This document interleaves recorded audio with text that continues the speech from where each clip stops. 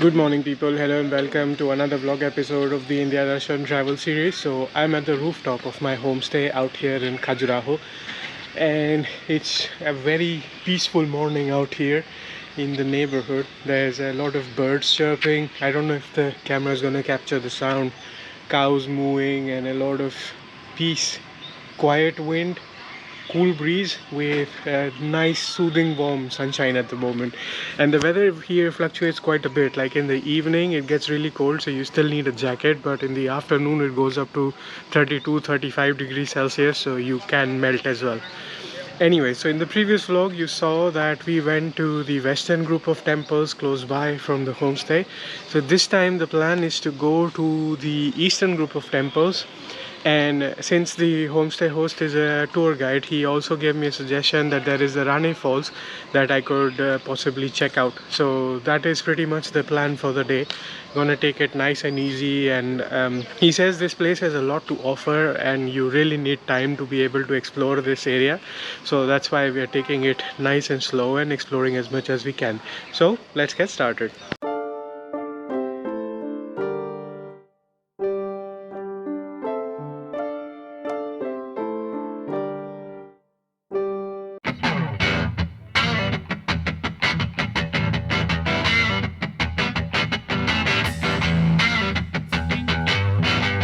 Also, the owner was very kind enough to let me park inside. So there is a back door main parking area here. So yesterday I parked on the road when I got here, but for the night I parked it inside. So fortunately has been very safe all night.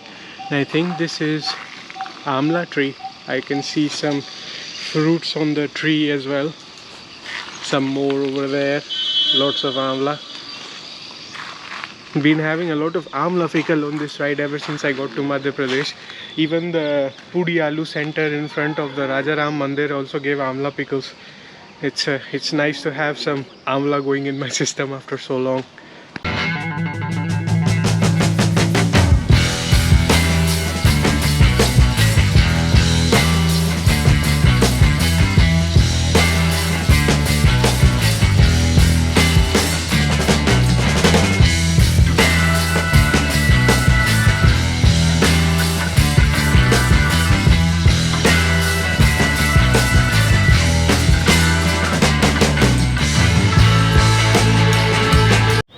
Made it to the first temple for the day of the eastern group. This is the Vaman temple. There are two other temples along the route. So next doors is there's one temple, and then there's a Brahma temple on the same road. And one of the locals mentioned that there is also a Jain temple nearby, and along that road also there are a couple of different temples. So let's start exploring the eastern temple. And the sun rays are falling right at the temples. It's looking very, very beautiful with the architecture of the ancient India.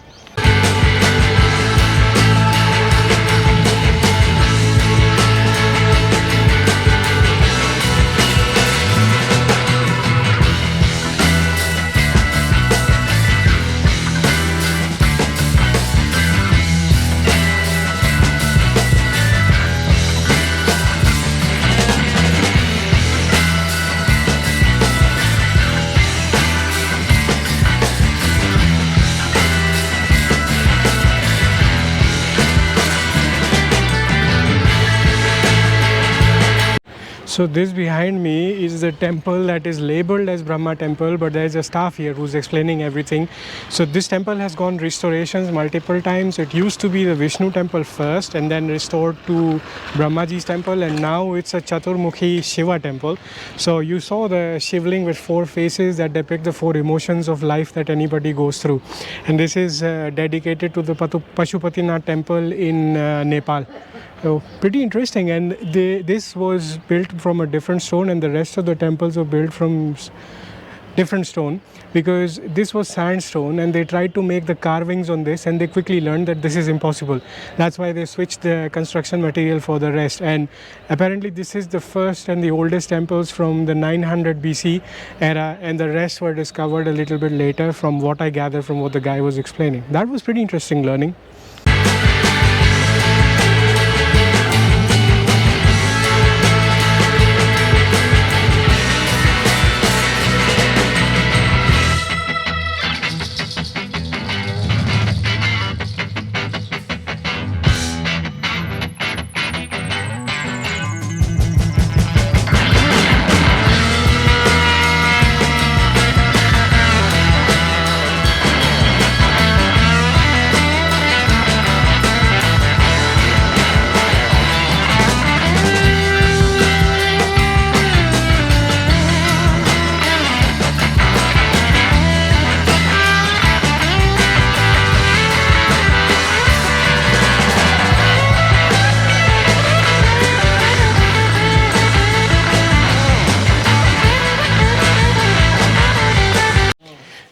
Jain temples are super peaceful. There's like a group of Jain temples out here, and just ran into auntie. She was talking about the caves of Gujarat that I went to in Junagadh, and we were talking about the Dattatreya temple that I climbed on top of Girnar.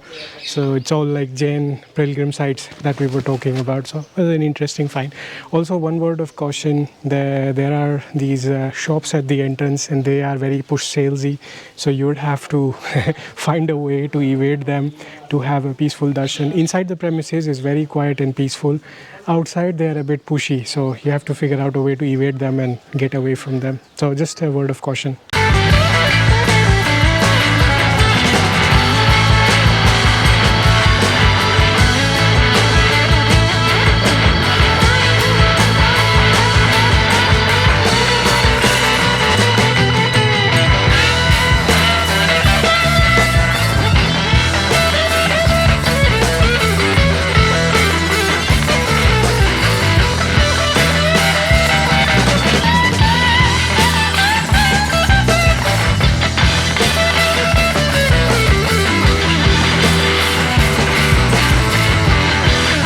Found a dining hall on the premises of the Jain temple. It's very budget friendly, very healthy and homely meals. Low oil, low in spices. So it's a very early lunch for me, to be honest. It's just 12 noon and I'm already done. And I'm sort of in a food coma now because it was a buffet unlimited refill. So I'm gonna go to the waterfall, enjoy the waterfall, and then take a little nap because it's getting hot. Plus the food coma compounds the need for a nap now.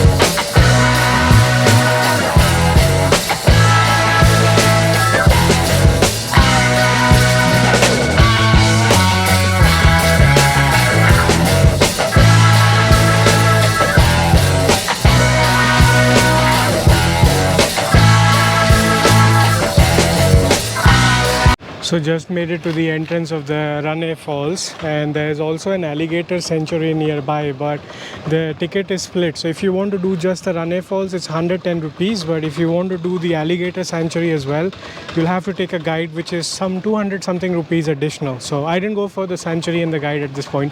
There was a guide who just came up to me and he started selling his services, and he was explaining that he can explain rock formations and some volcanoes, etc, etc, etc. So not in a mood for a geology lesson just yet, but if you are interested in knowing those kind of things, that's a possibility for an additional charge. And these are the teak wood trees, and you see it's all super dry, all the leaves have fallen.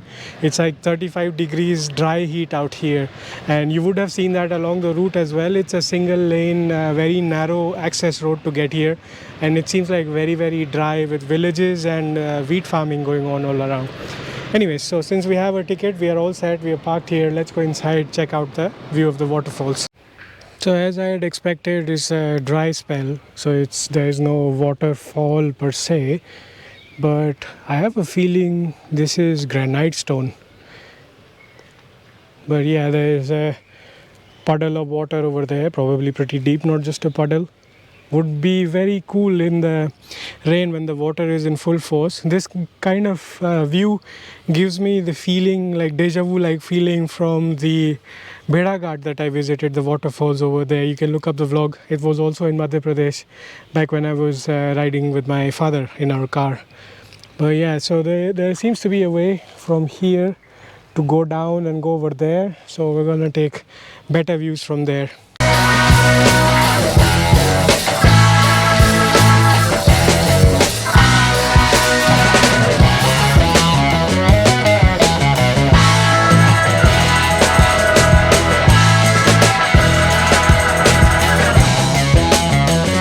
That is the Karnavati river, or Ken river as it's colloquially known, and this is a very deep and very long gorge canyon.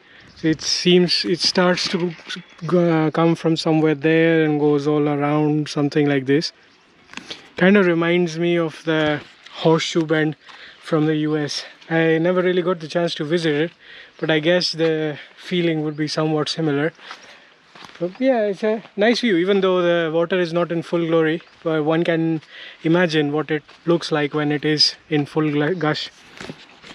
You can see those big pure granite, like these big ass boulders, big boulders of granite over there. Really nice natural marvel.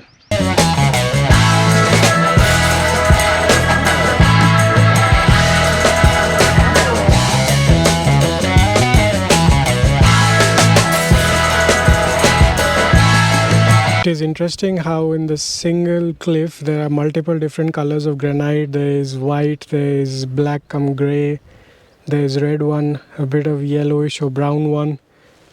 It's all clustered together. And this sign explains everything why we were seeing different colors. So this says that the rock formation happened when there was a volcanic eruption about 460 million years ago, and you have 5 types of rocks formed. Granite, which is the red rose-like pinkish color, which is crystalline, pure crystalline granite. Then dolomite, which is the yellowish one.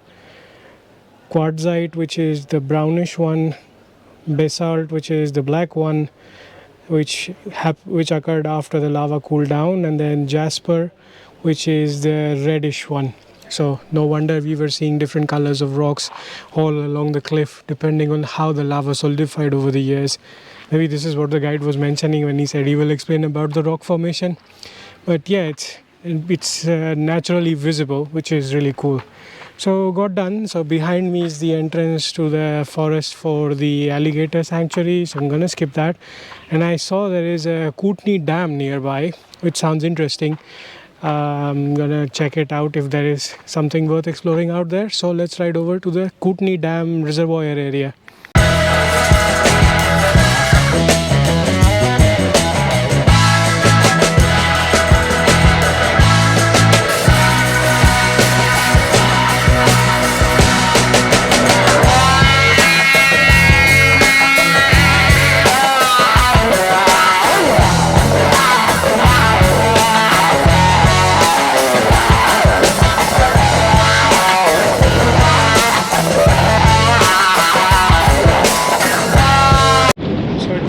To the Kutni Dam.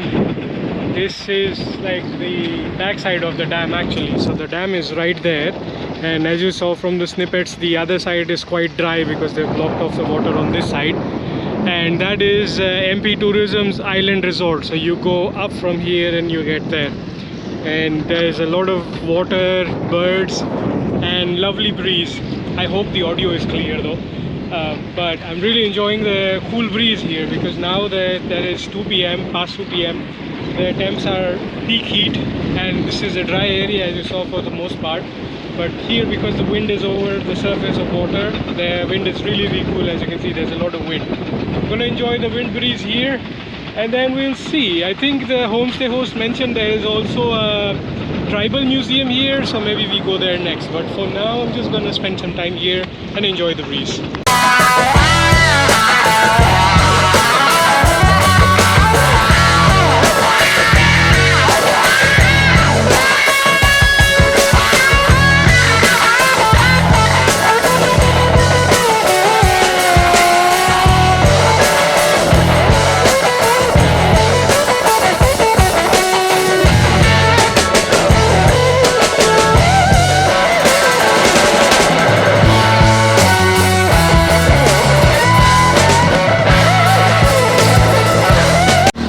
So just got done exploring the tribal museum, and inside the videography is not allowed. That's why I had to come out and start the vlog again. And it's like a nice mini village of sorts, and they have set up different tribal themes, huts inside, so you can get an immersive experience of the life of the tribals. And across the road there, that's a Gurukul that's not operational yet.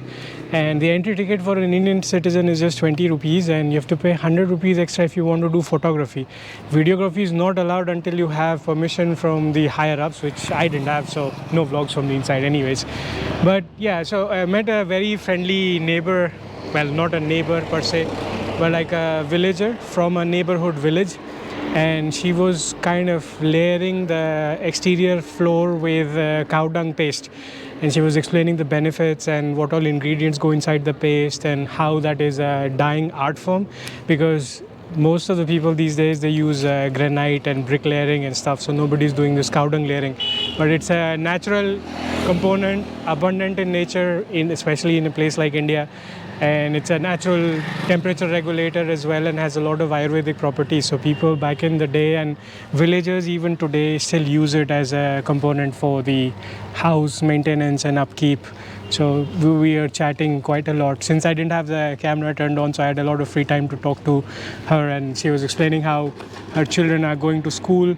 They are in 12th grade, exams coming up, and they're preparing for the board exams, especially her child in the 12th grade.